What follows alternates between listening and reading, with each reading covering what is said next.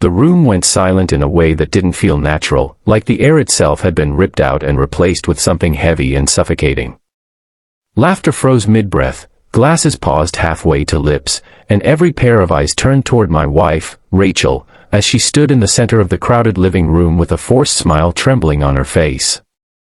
Then, with a voice that carried far too clearly, she said that marrying me had been the biggest mistake of her life. In that moment, something inside me didn't just break, it shifted, like a door quietly closing forever. If you believe in kindness, second chances, and the quiet strength it takes to rebuild a life, take a moment to like, comment, share, and subscribe to the channel. Stories like this remind us that even in our darkest moments, something meaningful can still be born. My name is Michael Carter, and until that night in a suburban home just outside Austin, Texas, I thought I understood what love was.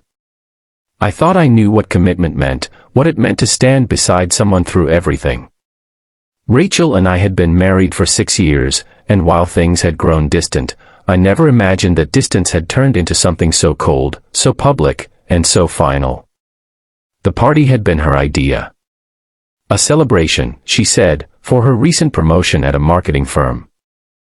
I had helped set up everything, string lights across the backyard, catered food laid out neatly, soft music playing through speakers I'd spent hours testing.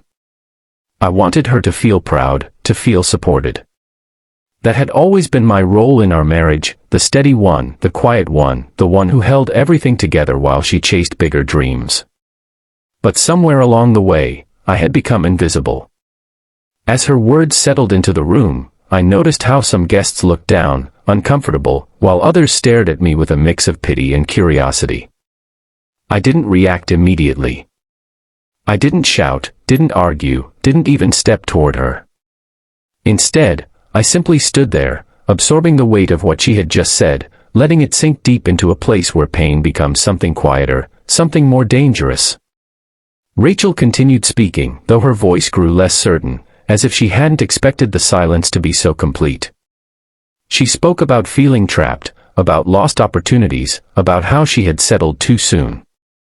Each word felt like another small fracture spreading through something that had already been breaking for a long time. And yet, in that moment, clarity came.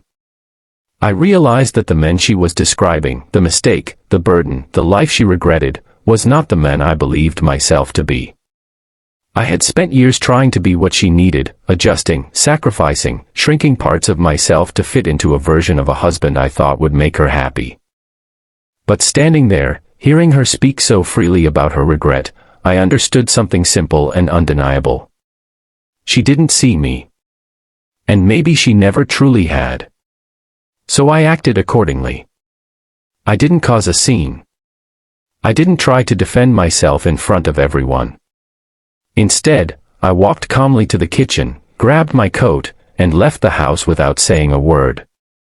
The door closed behind me with a soft click that somehow felt louder than anything that had been said inside. Outside, the night air was cool, carrying the distant hum of traffic and the faint scent of rain. I stood on the sidewalk for a long moment, staring at the house we had built together, the windows glowing warmly as if nothing had changed. But everything had changed. I didn't go back that night. Instead, I drove aimlessly for hours, eventually ending up at a small roadside motel just off the highway. The room was plain, the kind of place you don't notice unless you have nowhere else to go. I sat on the edge of the bed, staring at my reflection in the mirror across the room, trying to recognize the man looking back at me. For the first time in years, I allowed myself to ask a question I had been avoiding. Who am I, without her? The days that followed were a blur of quiet decisions. I took time off work, told only my closest friend, Jonathan Hayes, what had happened. He didn't offer empty reassurances or quick fixes. Instead, he listened, really listened, in a way that made me feel seen in a way I hadn't felt in years. I found a small apartment on the edge of the city. It wasn't much, just a one-bedroom with thin walls and a view of a parking lot, but it was mine. Every piece of furniture I bought, every decision I made, felt like a small step toward something I couldn't quite define yet. Freedom, maybe. Or simply self-respect? Rachel called a few times during those early weeks. At first, I didn't answer. When I finally did, her voice was softer, uncertain, as if she wasn't sure what version of me would pick up the phone.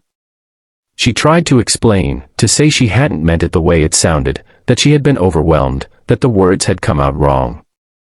But I had heard them clearly. And more importantly, I had felt them. So I didn't argue. I didn't accuse. I simply told her that I needed space, and that some things, once said, cannot be unsaid. As time passed, something unexpected began to happen. The emptiness I had feared didn't swallow me whole. Instead, it slowly made room for something else. I started waking up earlier, going for long runs in the quiet morning streets.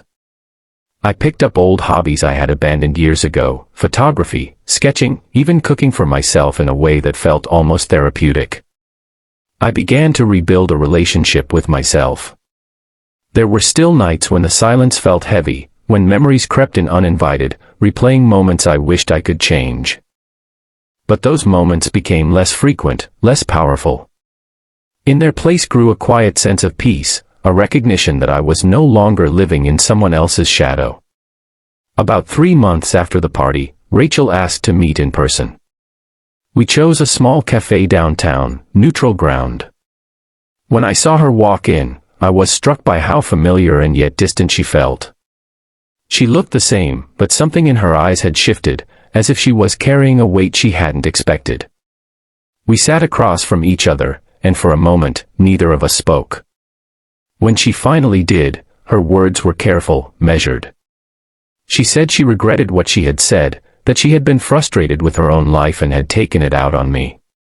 She admitted that she had taken my presence for granted, that she hadn't realized how much I had been holding things together until I was gone. I listened. And then I told her the truth. I told her that what hurt wasn't just the words, but the realization behind them. That for years, I had been trying to be enough for someone who didn't truly value what I brought into her life. That love isn't just about staying, it's about seeing, appreciating, and choosing each other, even when things aren't perfect. She cried. And for the first time in a long time, I didn't feel responsible for fixing it. That was the moment I knew something fundamental had changed within me. I still cared about her, in a way that you always care about someone who has been such a big part of your life. But I no longer felt the need to hold on to something that had already let go of me. We didn't reconcile. Instead, we parted with a quiet understanding that sometimes, the kindest thing you can do for each other is to let go. If this story has touched your heart, if you've ever felt unseen or unappreciated, please take a moment to like, comment, and share. Your support helps keep stories like this alive, stories that remind us we're not alone. Before the ending, I have a small request. Comment below with one word that describes what this story made you feel. A year later, my life looked very different. I had moved into a better apartment, one with large windows that let in morning light. I had advanced in my career, not because I was trying to prove anything to anyone, but because I had rediscovered a sense of purpose within myself. I had built new friendships, deeper connections based on honesty and mutual respect. And most importantly, I had learned something I wish I had understood much earlier. You cannot build a meaningful life by constantly trying to fit into someone else's expectations. One evening, as I sat on my balcony watching the city lights flicker on, I thought back to that night, the party, the silence, the words that had once felt like the end of everything. And I realized that, in a strange and unexpected way, that moment had been a beginning. Not the kind you plan for, but the kind that changes you in all the ways that matter. Because sometimes, the most painful truths are also the ones that set you free.